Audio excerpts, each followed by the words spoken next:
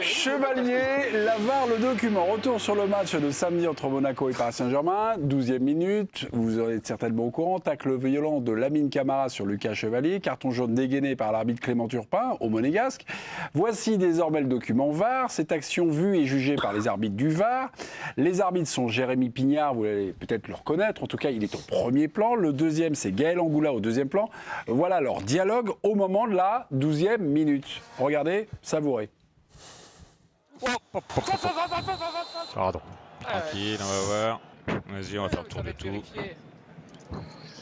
Faire la torsion, parce que l'impact il est bas, c'est juste la torsion. Le pied il est au sol. Ça aurait été différent. Reviens un peu en arrière. Top. Frise-moi au niveau de la torsion. Et on va voir ce que ça donne au niveau du gardien. Okay. Le gardien est toujours au sol. Ouais. Reste comme ça, change-moi juste d'image de l'autre côté pour voir si là l'impact il est sur la cheville ou plus sur le pied. Voilà, celle-là elle est bien aussi. Ok, vas-y. Okay. Ouais. Non, c'est pas les mieux. C'était la 6 mètres qui était bien avec la torsion. Le gardien est toujours au sol. Ouais, mais je vais attendre de voir ce que ça donne au niveau du gardien, voir ce qui passe là-haut au programme. Jérém, tu peux. J'attends ton retour. Ouais, on va faire contrôle terminé. L'impact il est bas, il y a une petite torsion, ok. Mais pour moi, contrôle terminé sur cette situation. Take over. Cette vidéo rend-elle la décision encore plus incompréhensible? Bernard, je crois que vous avez répondu non. Ça rend pas l'addition encore plus ubuesque. Non, mais c'était pour apporter un petit complément. Un autre élément. Ouais. C'est-à-dire que ce qui moi m'a beaucoup choqué, c'est la première action de Gaël Angoula. Et de suite, il s'est réfréné. Ouais. Parce que l'arbitre principal, c'est M. Turpin, qui est un arbitre international, qui est une des stars du monde de l'arbitrage français.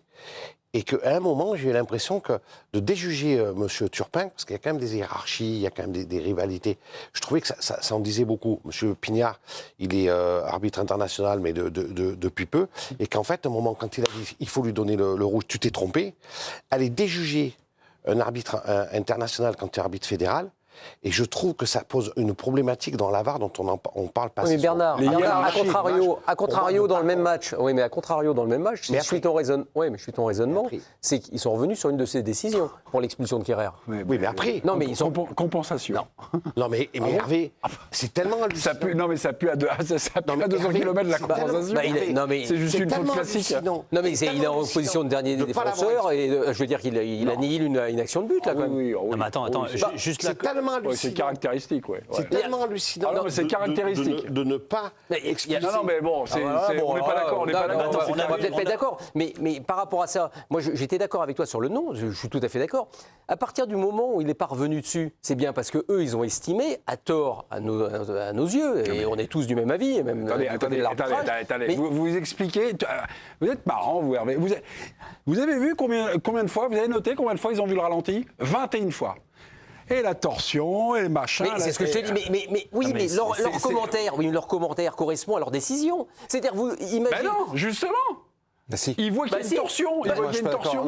Et la torsion, et ça tourne, et ça tourne. Elle n'est pas encore plus incompréhensible. Elle est normale. Elle n'est pas compréhensible. De départ. Mais je pense que sur leurs commentaires, ils sont fidèles au texte. C'est-à-dire, ils ne tiennent pas compte de la brutalité du choc, de la vitesse avec laquelle elle a. Plus qu'au texte, alors décision. Non, mais surtout, mais aussi le texte, le pied au sol, le cou est au niveau, et pas trop haut, et pas porté haut, et pas porté au-dessus de la cheville.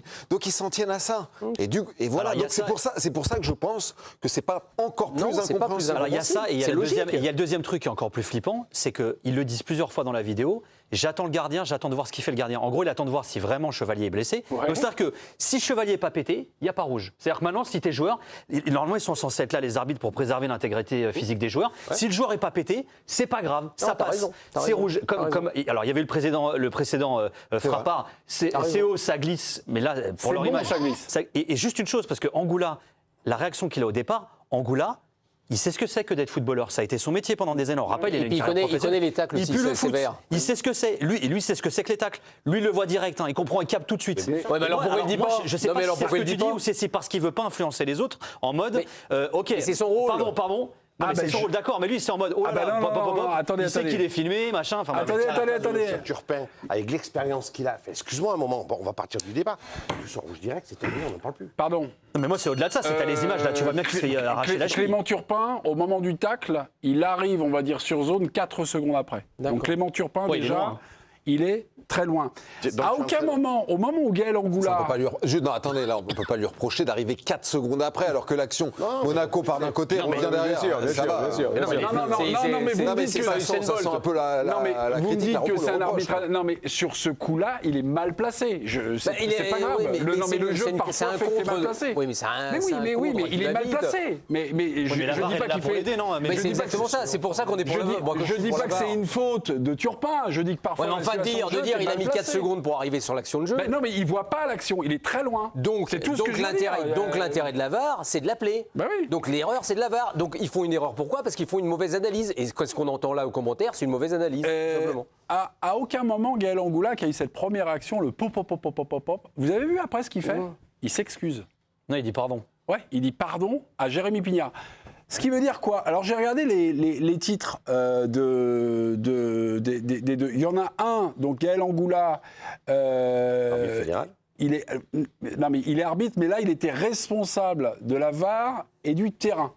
Et Jérémy Pignard, c'est vraiment l'arbitre vidéo, celui qui doit assister. Ça veut dire, moi, ce que je comprends là dans cette scène-là, en tout cas, il y a une hiérarchie. Ouais.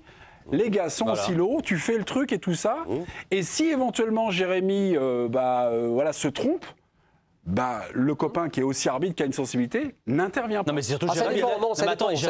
Ça dépend là. Non, mais là, oui, mais il a le droit de lui demander aussi.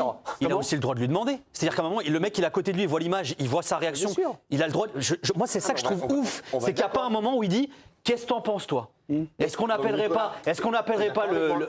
Oui, je suis d'accord avec toi là-dessus. Non, mais c'est le niveau de Singo la dernière fois. C'est ouf, au fait. C'est le niveau de Singo. Ça sert à quoi dans mes trois si sur le la mec il se tête parle pas? Non, mais ça, il est balafré. Donc c'est à peu près de ce niveau-là. Mais à côté de ça, la VAR peut être bien utilisée comme ce soir pour le hors-jeu de l'Atlético. Ah oui, là c'est binaire. Mais ça, c'est des faits objectifs. Oui, c'est objectif. Il y a un point commun, vous avez fait référence tout à l'heure à Stéphanie Frappart, cette saison Rennes-Noël, donc 17e minute, il y a une semelle horrible d'Anthony Rowe sur Calismera. Il y a un point commun, moi, entre ce que j'ai vu, le document de Stéphanie Frappart, et puis là, de Jérémy Pignard, c'est l'expertise qui est complètement... c'est géométrique. Vous nous l'avez dit, le pied arrive, on va dire, à peu près collé au sol, donc... Mais il est où le bon sens? Il est où juste l'idée, à chaque fois qu'on a des arbitres, c'était la règle numéro 1 de l'arbitre, c'est l'intégrité physique. Mais là, c'est des erreurs. Qu'est-ce qu'on peut dire? C'est des erreurs. Non, là, quand je vois, j'essaye de faire un parallèle, il serait temps pour moi que le football fasse, enfin vous allez sûrement hurler, mais une expulsion temporaire. Parce que non, moi, je hurle pas. Entre le rouge et un jaune... Et là, tu sors le carton violet, j'en sais rien au foot. Le type 10 minutes, un quart d'heure dehors. Dans certains districts, ça arrive. Il n'a pas de maîtrise. Là, c'est pas un quart d'heure dehors, Eric. Là, c'est rouge direct. J'ai dit ça, un quart d'heure. Nous, c'est 10 minutes en rugby. Et après, il y a le bunker. Il peut passer au rouge. C'est jaune. Et le type analyse. Ils prennent leur temps. Mais ça, c'est pas mal l'idée de passer au rouge. Et 10 minutes après, 5 minutes après, ils disent aux deux capitaines, ça va passer au rouge. Mais là, si Chevalier, il n'a pas le réflexe de lever un peu le pied d'appui, la cheville est cassée. Mais on est d'accord. Moi, c'est violent. Je te parle de faire un carton temporaire, une sortie de 10 minutes, un quart d'heure.